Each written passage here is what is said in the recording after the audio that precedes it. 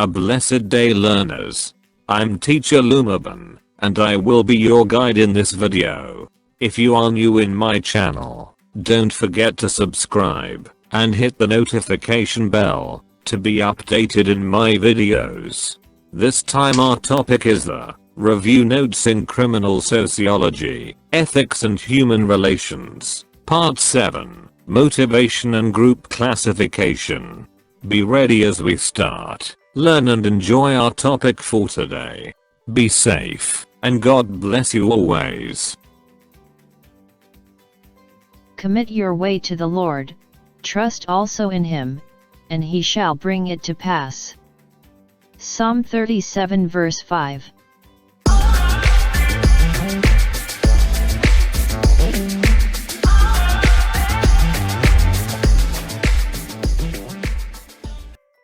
Motivation and group classification.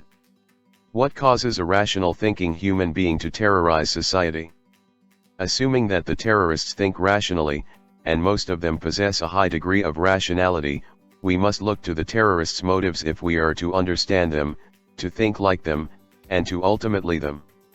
1. Minority nationalistic groups, groups fighting the majority of the community where the support base will depend on ethnic, religion, linguistic minorities at odds with the majority community. 2. Marxist revolutionary groups, here, the terrorists' movement is characterized by its possession of a coherent Marxist ideology and of a long-term strategy for bringing about the socialistic revolution. 3. Anarchist group, true anarchists are difficult to find since true anarchy brings lawlessness and disorder, which is not a natural state in which the human race exists. 4. Pathological groups, problematic individuals who are grouped together for some terrorist activities for emotional satisfaction. Terrorists' profile, based on commonalities of international terrorists. 1. Under 30 years of age. 2. Action-oriented, some are college-educated. 3. From affluent/middle class. 4. Often trained in medical, legal, engineering, teaching professions. 5. Terrorism rarely full-time occupation. 6. Inward assurance of strength. 7. Paradoxically, basically lonely. 8. Believes he/she to be morally superior and in own mind is right. 9. Indifferent to suffering of his immediate victims. 10. Looks to colleagues for acceptance. 11. Wants respect from victims. 12. Willing to sacrifice self. 13. Seek publicity. 14. Believes violence is morally justified to support cause. Nature of political terrorist. 1. It is a part of revolutionary strategy. 2. Manifest in acts on socially unacceptable means. 3. Symbolic target selection. 4. Creates psychological effects on population to change behavior attitude. 5. It forces the government to take drastic measures. 6. Combines political and criminal terroristic tactics. Aims of political terrorist. 1. Influence, discredit and destroy present system. 2. To break down social structures. 3. Erode trust in established government. 4. Foster insecurity and fears. 5. Shows that the government is incapable of protecting the people. 6. Forces the government to overreact to use excessive measures or force. 7. Destroy property. 8. Disrupt law and order. 9. Propaganda. 10. Create a ripe climate to revolution. Common characteristics of terrorist. 1. Promote fear. 2. Main objective is publicity. 3. Highly mobile. 4. Fatalist, they can create destruction affecting the whole nation. 5. Undercover operations. 6. Small groups mean security efficiency. Immediate goals of terrorist. 1. Local, national, worldwide recognition for a cause. 2. They cause government reactions. 3. Harass, weaken, embarrass government and government forces. 4. Demonstrate power and threat credibility. 5. Obtain money and equipment. 6. Destruction of communication. 7. Prevent and delay executive decisions. 8. Cause strikes or prevent elections, free or prevent elections. 9. Satisfy vengeance. Long-range goals of terrorist. 1. Cause drastic changes in the government. 2. Turn the system favorable to their side. 3. Gain political recognition as a legal body representing an ethnic or national group. Cooperation among terrorists. 1. Sharing resources, logistic support. 2. Sharing expertise. 3. Sharing safe havens. 4. Participating in joint operations. Organization of terrorist groups. The way terrorist group organized is determined by the need of security and the number of people in the group. 1. Larger groups, less secured. 2. Small groups, high degree of security but limited to operational capabilities. As to group size, the large group can only succeed over a longer term in a weak political environment. As to group security, government forces attempt to destroy terrorist group or keep them in defensive position to discourage them from mobilizing new to be extremely covered. Terrorist operation. 1. Covered and well executed. 2. Carried out by specially well-trained and organized clandestine elements. 3. Weapons, basic arms and explosives but continue to seek advanced weaponry. 4. Training, they are trained on subversion, weaponry, negotiation practices, and espionage. 5. Members of clandestine elements are of above average intelligence. Methods of operations. 1. They operate in small bands. 2. They carry light automatic weapons, grenades, basic explosives, ammunitions, and communication equipment. 3. They mask their activities with the local populace. 4. Team includes assaults and security elements. 5. Leaders serve as negotiators. 6. They watch out for counter-intelligence measures of the government forces. 7. In hostage taking, hostages are usually separated in safe houses to prevent communications and escape, planning, and intelligence gathering. Sequence of terrorist action. 1. Pre-incident phase, reconnaissance mission, rehearsal. Often reconnaissance team, planners, perpetrators do not meet.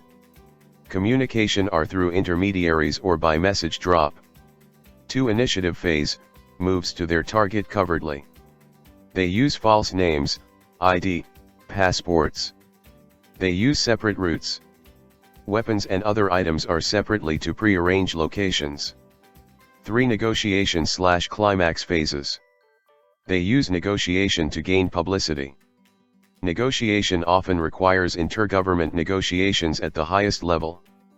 When government failed to give demands, they initiate more terror. 4. Post-incident phase. They learn from their failures and success. Terrorist regroups, criticize and give critique about the operation. Terrorist tactics. Bombing. Delivery to target is done through 1. Vehicle bomb booby traps with attached devices. 2. Late charges bomb plates. 3. Projected bombs launched from rifles by a mortal device. 4. Postal/mail bombs. Activation means 1. Command activation by leads, pull wire, or mechanism. 2. Action by the subject/top pressure device, light sense electric switch. 3. Time delay clock/burning chemical delay. Arson, this is used to destroy or to disrupt public utilities, political HQs and industrial facilities. Hijacking, hijacking and skyjacking are commonly used by terrorists. The hijack supply, ammunitions, fuel cargoes, and vehicles to provide them to gain entry to a closed military area, skyjacking of commercial aircraft to gain publicity or to ask demands. Assassination, the oldest but the commonly used terrorist tactic where targets are often police or military officials or political features and they always claim responsibility of assassination. Ambush, this is a well-planned, well-thought-out, properly rehearsed and precisely executed operation. The terrorist has time on his side and will spend considerable time preparing for an operation. Terrorists have an advantage in that they can choose the time and place of operation. Kidnapping, kidnapping for ransoms is the most common form of this tactic. The victim is normally confined in a secret hideout and kidnappers make material demands. Hostage taking, the hostage taker confronts the authorities and openly holds the victims for ransom. His demands are more than just material in nature. Political concessions are the frequency demanded in exchange for the hostage lives. Robberies/extort ions, terrorist operations are expensive. To help finance their activities, terrorists rob banks and armored vehicles carrying large sums of cash.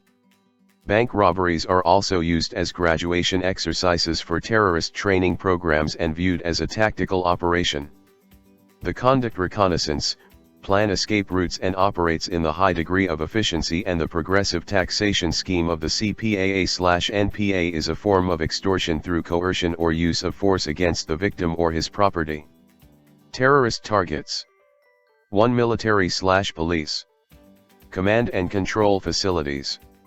Logistics/storage facilities. Computer facilities. Explosives, sensitive weapons, arms, and ammunition depots. 2. Engineering and energy system. Hydroelectric plants. Offshore oil rigs. Nuclear facility sites. Gas pipelines. Dams and electric power lines. 3. Communication and supplies. 1. Communication lines and facilities. 2. Chemical storage sites. 3. Dock facilities. 4. Equipment warehouse. 5. Computer facilities. 4. Transportation. Rail lines and cars. Bus depots. Airports and aircraft. Trucking and facilities. Shipyards and ships. Mainland routes and bridge. 5. Human. Members of the diplomatic corps. Government officials. Corporate executives. Police and military forces. Dependents/close relatives of the above. 6. Vulnerabilities. Vulnerabilities are the weaknesses, the installation security and high-risk targets within such installation. These vulnerabilities are normally identified through security surveys and inspections conducted periodically or on the spot intelligence and security unit staffs.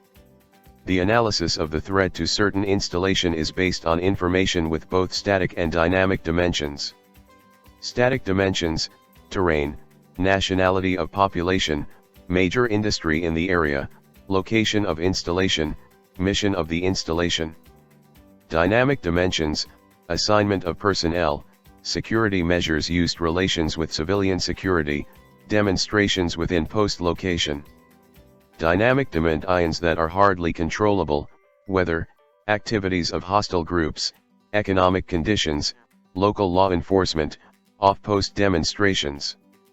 The vulnerability of installations can be determined to some extent through the consideration of the following factors: installation characteristics and its attractiveness as a target for the terrorist acts, status of training personnel, availability of communications, non-military law enforcement resources, time and distance from military installation able to lend assistance, geographic region, proximity to foreign borders, access to installation, terrain.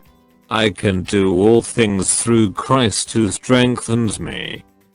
I hope you enjoyed, learned something new about our topic on review notes in criminal sociology, ethics and human relations, part 7, motivation and group classification. If you learned something in this video, please give this video a thumbs up. Don't forget to share this video with your friends to also learn about this topic. If you have comments, questions, and suggestions, you can leave a message in the comment section below. Thank you very much for watching my videos, hoping that we meet again in my next video, and God bless you always. It is Teacher Lumaban YouTube channel.